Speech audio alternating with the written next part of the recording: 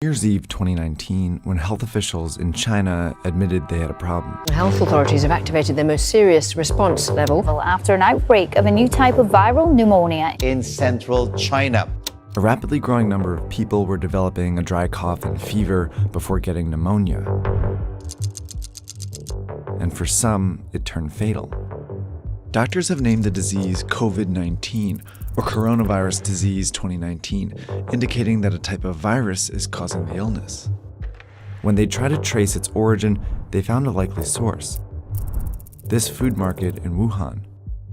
Out of the first 41 patients, 27 had been here. It wasn't conclusive evidence, but Chinese officials quickly shut down the market. They had seen this happen before at a place just like this. Health officials are trying to get a grip on an alarming outbreak of SARS. The virus originated in mainland China. Has spread across the country. The disease had been festering for months in southern China. In 2002, a coronavirus had emerged at a very similar market in southern China. It eventually reached 29 countries and killed nearly 800 people. Now, 18 years later, this coronavirus is in at least 71 countries and has already killed over 3,100 people. So what do these markets have to do with the coronavirus outbreak, and why is it happening in China?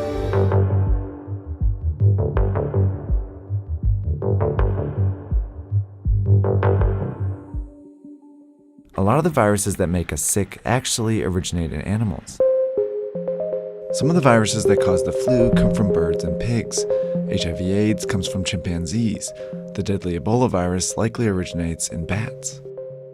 And in the case of the 2019 coronavirus, there's some evidence it went from a bat to a pangolin before infecting a human. While viruses are very good at jumping between species, it's rare for a deadly one to make this journey all the way to humans. That's because it would need all these hosts to encounter each other at some point. That's where the Wuhan market comes in. It's a wet market. A kind of place where live animals are slaughtered and sold for consumption. It was not a surprise at all, and I think that it was not a surprise to many scientists. Peter Lee is a professor and expert on China's animal trade. The cages stack above one over another. Animals at the bottom are often soaked with all kinds of liquid, animal excrement, pus, blood, or whatever the liquid they're receiving from the animals above. That's exactly how a virus can jump from one animal to another. If that animal then comes in contact with or is consumed by a human, the virus could potentially infect them. And if the virus then spreads to other humans, it causes an outbreak. Wet markets are scattered all over the world, but the ones in China are particularly well known because they offer a wide variety of animals, including wildlife. This is a sample menu reportedly from the market in Wuhan. These animals are from all over the world, and each one has the potential to carry its own viruses to the market. The reason all these animals are in the same market is because of a decision China's government made decades ago. Back in the 1970s, China was falling apart. Famine had killed more than 36 million people, and the communist regime, which controlled all food production, was failing to feed its more than 900 million people. In 1978, on the verge of collapse, the regime gave up this control and allowed private farming. While large companies increasingly dominated the production of popular foods like pork and poultry, some smaller farmers turned to catching and raising wild animals as a way to sustain themselves. At the very beginning, it was mostly peasant household backyard operation of turtles, for example. That's how wildlife farming started to get off the ground. And since it started to feed and sustain people, the Chinese government backed it. So it was imperative for the government to encourage people to make a living through whatever productive activities they can find themselves in. So you can lift yourself out of poverty. No matter what you are doing, that's okay. But then in 1988, the government made a decision that changed the shape of wildlife trade in China. They enacted the Wildlife Protection Law, which designated the animals as resources owned by the state and protected people engaged in the utilization of wildlife resources.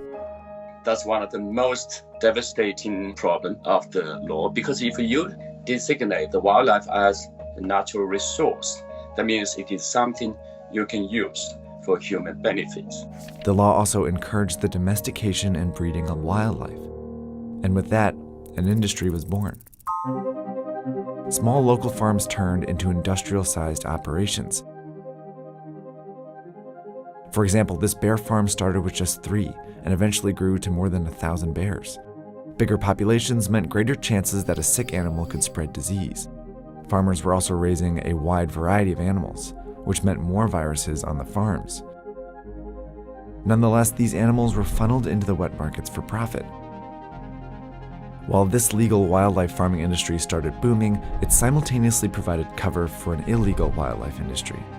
Endangered animals like tigers, rhinoceroses, and pangolins were trafficked into China. By the early 2000s, these markets were teeming with wild animals when the inevitable happened. The latest on the deadly SARS virus, the worldwide death toll up again today. China has reported more than 1,400 cases of infection nationwide. It is what health officials have feared all along. In 2003, the SARS outbreak was traced to a wet market here in southern China. Scientists found traces of the virus in farmed civet cats. Chinese officials quickly shut down the markets and banned wildlife farming. But just a few months after the outbreak, the Chinese government declared 54 species of wildlife animals, including civet cats, legal to farm again. By 2004, the wildlife farming industry was worth an estimated 100 billion yuan, and it exerted significant influence over the Chinese government. Wildlife farming industry was tiny in China's gigantic GDP, but the industry has enormous lobbying capability. It's because of this influence that the Chinese government has allowed these markets to grow over the years. In 2016, for example, the government sanctioned the farming of some endangered species like tigers and pangolins. By 2018, the wildlife industry had grown to 148 billion yuan and had developed clever marketing tactics to keep the markets around. The industry has been promoting these wildlife animals as, tonic products, as, bodybuilding, as sex enhancing, and of course as disease fighting. None of the claims can hold water. Yet these products became popular with an influential portion of China's population. The majority of the people in China do not eat wildlife animals. Those people who consume these wildlife animals are the rich and the powerful. A small minority. It's this minority that the Chinese government chose to favor over the safety of the rest of its population. These parochial commercial interests of small number of wildlife eaters are hijacking China's national interest. Soon after the coronavirus outbreak, the Chinese government shut down thousands of wet markets and temporarily banned wildlife trade again. Organizations around the world have been urging China to make the ban permanent. Chinese social media, in particular, has been flooded with petitions to ban it for good this time. In response, China is reportedly amending the wildlife protection law that encouraged wildlife farming decades ago.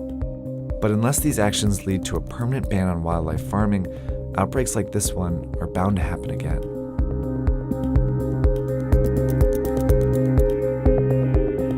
For a bunch more information about China's wet markets, viruses, and wildlife, we have an episode on our Netflix show called The Next Pandemic Explained. It talks about why a coronavirus could spark the next pandemic and what the world's experts are doing to stop it. That's on our Netflix show Explained. Check it out.